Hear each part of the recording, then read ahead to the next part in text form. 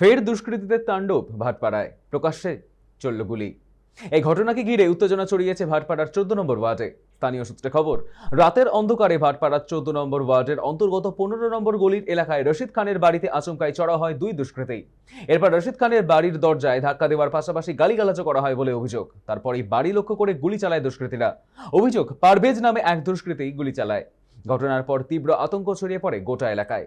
ইতিমধ্যে এই ঘটনার প্রেক্ষিতে ভাটপাড়া থানায় অভিযোগ দায়ের করা হয়েছে। অভিযোগের ভিত্তিতে পুরো ঘটনার তদন্ত শুরু করেছে পুলিশ। এছাড়াও গুলি চালানোর কারণ এবং অভিযুক্তদের ভূমিকা খতিয়ে দেখা হচ্ছে।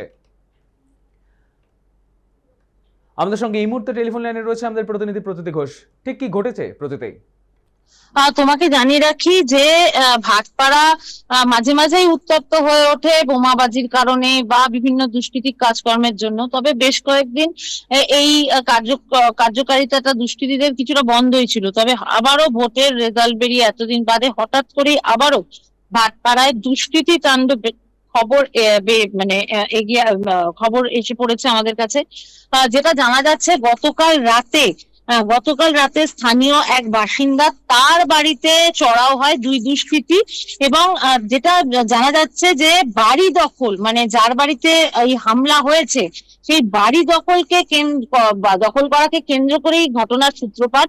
এবং দুষ্কৃতীরা এসে প্রথমে দরজায় ধাক্কাধাক্কি করে, এরপরেই কিন্তু তারা গুলি চালাতে থাকে। এবং এই ধরনের ঘটনায় এলাকায় আতঙ্ক ছড়িয়ে পড়ে। যদিও সেই গুলিটা কারোর গায়ে লাগেনি বা কোনো রকম অপ্রীতিকর ঘটনা ঘটেনি, কিন্তু এই ধরনের ঘটনা এবং এই যে বাড়ি দখলের যে অভিযোগ, সেটাও আর এক জনৈক দুষ্কৃতী, স্থানীয় এক দুষ্কৃতীর বিরুদ্ধে অভিযোগ যাচ্ছে যে সেই এই ধরনের ঘটনা ঘটিয়েছে, তা যা বাড়ি দখলকে কেন্দ্র করে এই ধরনের ঘটনা বলে মনে করা হচ্ছে। এবং ইতিমধ্যেই পুলিশ তদন্তে নেমেছে, পুলিশ তদন্ত শুরু করেছে। সিসিটিভি ফুটেজ খতিয়ে দেখা হচ্ছে, সেই ফুটেজ থেকে কিন্তু অনেক কিছুই স্পষ্ট হয়ে যাচ্ছে। সুতরাং পুলিশের দাবি, সূত্রের খবর যে দুষ্কৃতী যারা করেছে এই ধরনের ঘটনা তাদেরকে দ্রুতই গ্রেপ্তার করা হবে এবং কঠোর শাস্তির ব্যবস্থা করা হবে। তবে এই ধরনের ঘটনা ফের একবার খবরের শিরোনামে নিয়ে এসেছে ভাটপাড়াকে। কারণ ভাটপাড়ার মানুষ আগাগোড়াই আতঙ্কে থাকে, কোন দিন বোম চলবে, কোন দিন মানুষ মরবে।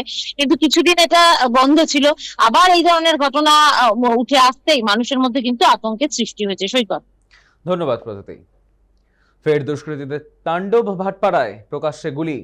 ঘটনাকে কেন্দ্র করে উত্তেজনা ছড়িয়েছে ভাটপাড়া 14 নম্বর ওয়ার্ডে। স্থানীয় সূত্রে খবর, রাতের অন্ধকারে ভাটপাড়া 14 নম্বর ওয়ার্ডের অন্তর্গত 15 নম্বর গলির এলাকায় রশিদ খানের বাড়িতে আচমকাই চড়া হয় দুই দুষ্কৃতী।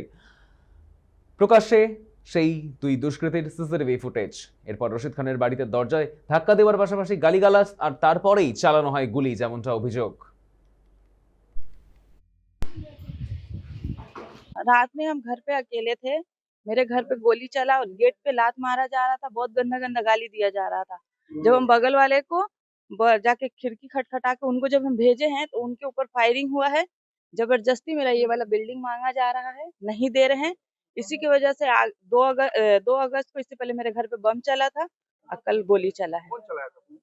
2 लड़का पता नहीं, जो आया है फुटेज है, हम देंगे सामने। नहीं, बम कौन चलाया था? आपका बम भी कोई लड़का ही चलाया था। अच्छा, उसको पुलिस को बोला गया, अभी तक वो अरेस्ट नहीं हुआ है। फिर कल गोली भी चल गया घर पे, और रशीद खान को ही मारने आया था। अगर मेरे हस्बैंड को कुछ होगा तो इसका जिम्मेवार परवेज अहमद खान होगा। और एक और नाम है जो अभी हम नहीं लेना चाह रहे, मेरे हस्बैंड मना किए हैं, वो यहीं का रहने वाला है। अगर कौन परवेज अहमद खान कौन है? बगल में ही रहता है, पड़ोसी है। वो बिल्डिंग के चलते ही